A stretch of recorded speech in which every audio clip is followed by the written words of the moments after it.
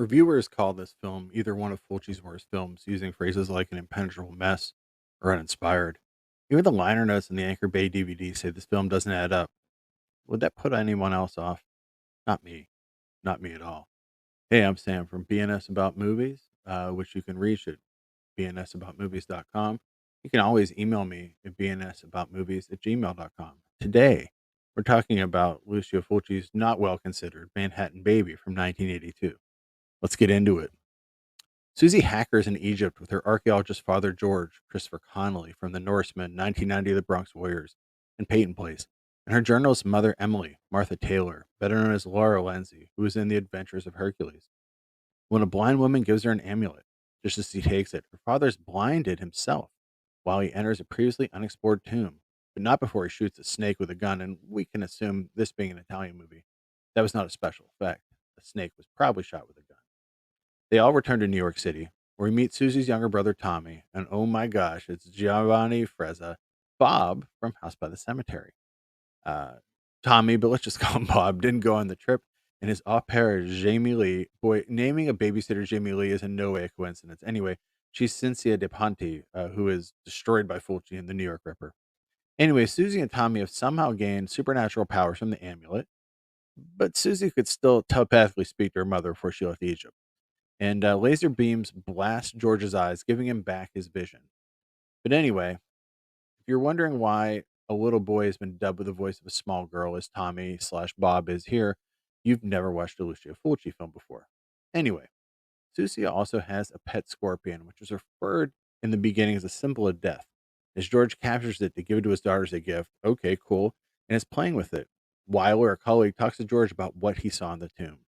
Meanwhile, Emily is working with her wacky colleague George, who is Carlo DeMeo from City of the Living Dead, The Other Hell, The House by the Cemetery. At time in life on a story when Jamie Lee calls in a panic. She can't unlock the kid's bedroom door. And when she tries to enter the room, all she sees are snakes. Also, we know that friend Luke is wacky because he wears Groucho Marx glasses when we first see him. Then he has googly eyes later. He is trying to pick Emily up. His humor, I don't think, is going to work. Meanwhile, a security guard gets stuck in an elevator. He bloodies his fingers trying to open the doors, and then the floor drops away and he dies. Back to the kids. Luke offers to enter the locked door, acting like a goofy magician when he screams. Jamie Lee runs upstairs, but he's nowhere to be found. That's because that wacky Luke has been sucked into a dimensional gateway, is now in the deserts of Egypt, a place where that madcap Ponce will eventually die from exposure and dehydration if we're lucky. The funniest thing, everyone thinks it's a practical joke. No one ever discusses where Luke went again, for Luke has been set up seemingly to be an important character. He's gone. Anyway, Jamie Lee finds a handful of sand in the room and sees scorpions all over the place, but all the kids care about is getting dinner. So let's cue that Fabio Freezy music. And this is all some practical joke, so why call the police? Speaking of Fabio Frizzi, it plays as we see Susie's hand begin to smoke and burn her bed. Then she levitates. Again, nothing strange going on. Jamie Lee should just take the kids to Central Park where they all take Polaroids and notes to millennials. Selfies used to take 3 minutes to develop, and the only people that use Polaroids these days are indie pro wrestlers and strippers. Anyway, a woman finds these pictures and ends up being the amulet instead of the kids. She shows the photo to Adrian Marcato, who is Cosimo Ceneri from Murder Rock and the New York Ripper, who puts his name and number on the Polaroid and ensures that the woman gives it to Mrs. Hacker. He's a mysterious man with a mysterious study filled with mysterious books, and his name means something that I'll tell you later. Anyway, Susie and Tommy have now learned how to go on voyages, trips that allow them to appear and disappear at will.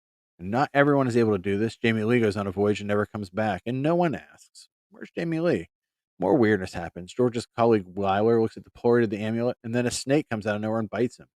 We even get an awesome snake POV camera in the scene, which I reacted to with pure joy. That same photo teleports into Susie's hand and she has a fit and collapses. Also, how did Fulci, in a film filled with eyeball symbolism, resist the urge to have a snake bite someone in the eyeball? If you say Fulci cannot be restrained, I would advise you to watch this one. George and Emily go to Mikado's antique shop, which is filled with stuffed birds, and he's stuffing another one while talking to them. He explains that the evil is inside the amulet and now has infected their daughter and son. They find the amulet and, yes, another live scorpion, which everyone ignores, in Susie's bedroom door.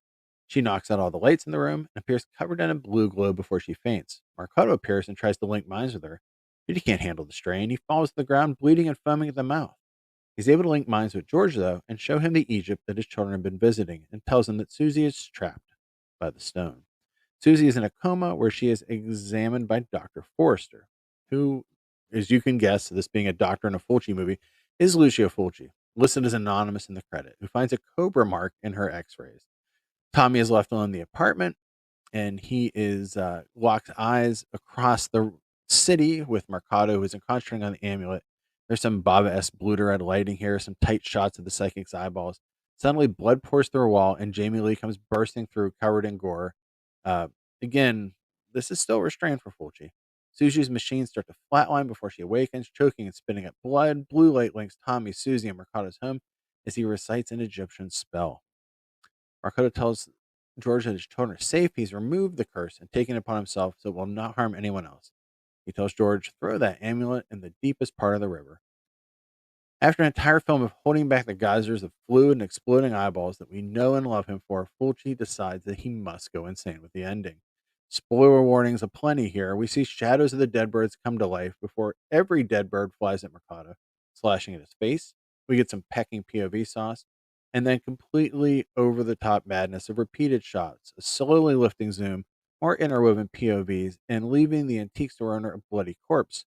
The camera pulls back on a slow jazz song as we see the dead man bleed out and lift high above the store before zooming into a stuffed birds. And if I learned anything from a Fulci movie, it's never work in an antique bookshop, never work in a library, never go around books, never go around stuffed animals. Your face is going to get eaten.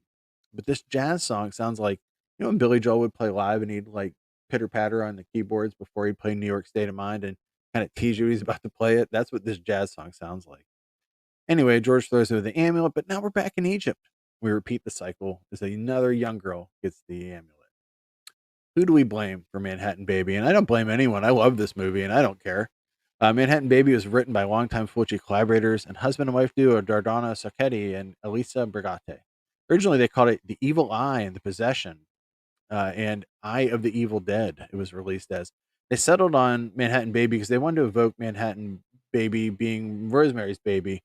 Even the name Andrea Mercado comes from that film. He's one of the witches mentioned in Rosemary's Baby in the book All Them Witches, as he practiced black magic in the Branford building and is the father of Roman Kestevet. The budget would get cut throughout this film. About 75% of the budget got cut. So that's why the gore is so restrained till the end. And this is the final film of producer Fabio De Angelis and Fulci would make together. Fulci hated this movie and felt he had no choice to make it. De Angelis was obsessed by it. I don't think, again, Manhattan Baby is a failure. It makes good use of the faux Egyptian pyramids and market, as well as New York City. I love when Italians shoot in America, and that restraint leads to a great climax. It's somehow a mishmash of The Omen, The Exorcist, and The Awakening with a dash of the birds. And sure, it's not a great film, maybe even a good one, but it's an interesting film. And isn't that what we want? Anyways, if you got any questions, you can email me at bnsaboutmovies@gmail.com. Come to the site and read about way too many movies at bnsaboutmovies@gmail.com. And now here's that music I paid for.